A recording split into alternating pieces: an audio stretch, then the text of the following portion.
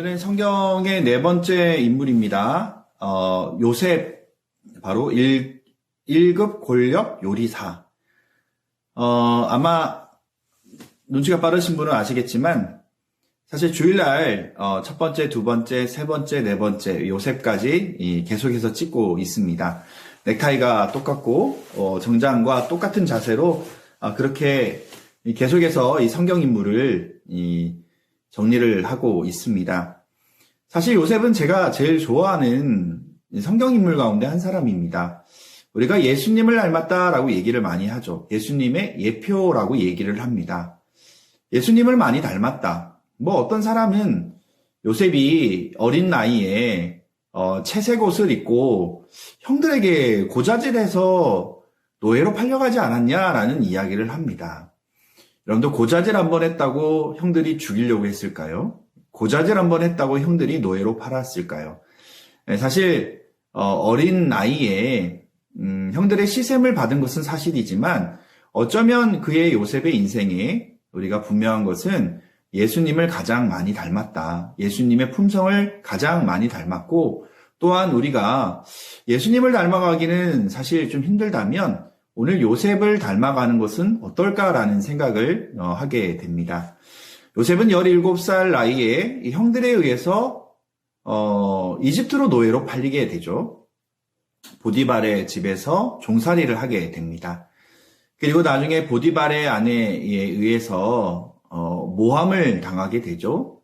그리고 2년 동안 그가 28의 나이에 애굽의 이 가장 깊은 지하 감옥에 갇히게 됩니다. 그곳에서 술 맡은 간원장과 떡 맡은 간원장을 만나게 되죠.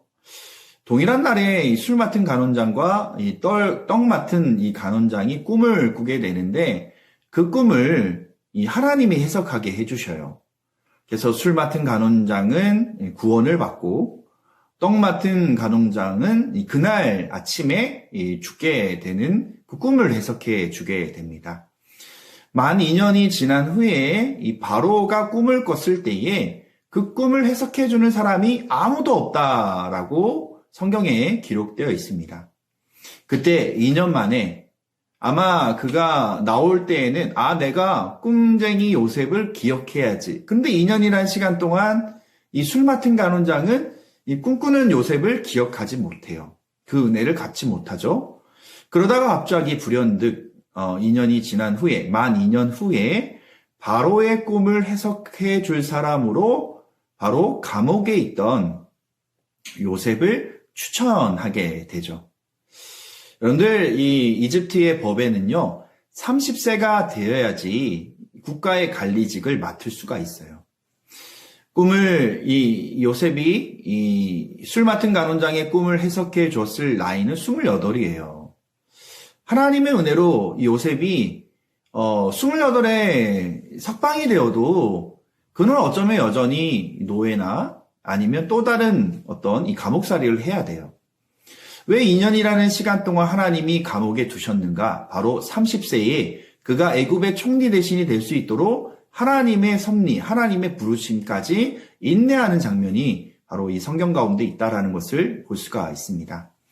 그렇게 애굽의 국무총리가 된 바로 하나님이 해석해 주시고 하나님의 형통한 은혜를 경험하였던 이 요셉은 바로의 꿈을 해석해 주고 바로 국무총리가 되게 됩니다. 애굽의 총리로 9년 차일 때에 가나안 땅에 기근이 생기게 되죠. 그리고 그 가나안 땅에 그 애굽의 풍요함을 보고 요셉의 형들이 바로 요셉을 찾아오게 됩니다. 꿈에도 복수를 생각했던, 정말 나를 죽이려고 했고 나를 노예로 팔았던 그 철천지 원수와 같은 그 형들을 봤을 때에 요셉의 마음은 어땠을까요?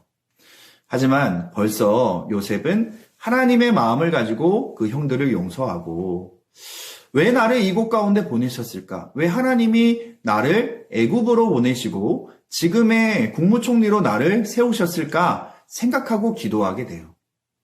그것은 하나님의 백성, 하나님의 민족을 살릴 사명을 나에게 주셨다라는 것을 오늘 요셉은 분명히 깨달아 알고 있는 것을 볼 수가 있습니다. 여러분들 우리 인생 가운데도 마찬가지예요. 어떤 어려움과 어떤 험난한 일을 경험할 때에 왜 나에게 이런 고통을 줬을까? 왜 나에게 이런 어려움이 있을까라고 우리가 많이들 기도합니다. 하지만 그 일 가운데서도 하나님이 우리를 선하게 우리를 사용하실 것을 기대하고 하나님 앞에 하나님이 이 땅 가운데 나를 보내신 목적과 하나님의 계획을 깨달아 아는 귀한 은혜가 저희들 가운데 있기를 주의 이름으로 축복합니다. 오늘 이 책의 내용보다는 요셉에 관한 이야기를 얘기하고 있어요. 우리가 성경에 보면 요셉이라는 인물은 사실 창세기와 출애굽기를 연결하는 징검다리의 역할을 해요. 또 다른 말로 얘기하면 인큐베이터와 같은 역할을 해요. 미숫가와 같은 아직 미숫가와 같은 이 이스라엘 백성, 야곱의 70명의 가족이죠.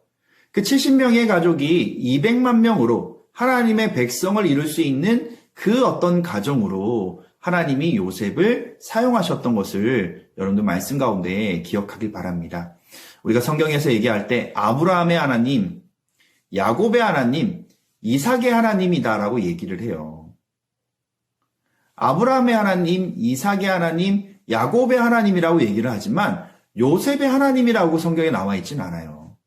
그 말은 뭐냐면 하나님이 아브라함과 약속하셨고 이삭과 약속하셨고 야곱과 약속하신 언약의 하나님이라면 요셉에게는 약속이 이루어지지 않는 모습을 우리가 볼 수 있지만 하나님이 그 손조를 통하여서 아브라함과 이삭과 야곱에 하신 그 약속을 요셉을 통하여서 실천해 나가는, 그래서 이 요셉은 하나님이 나를 통하여서 그 선조들의 약속을 이루어 가시는 하나님이구나라는 것을 먼저 깨달았던 사람이 요셉이다라는 것을 기억하길 바랍니다.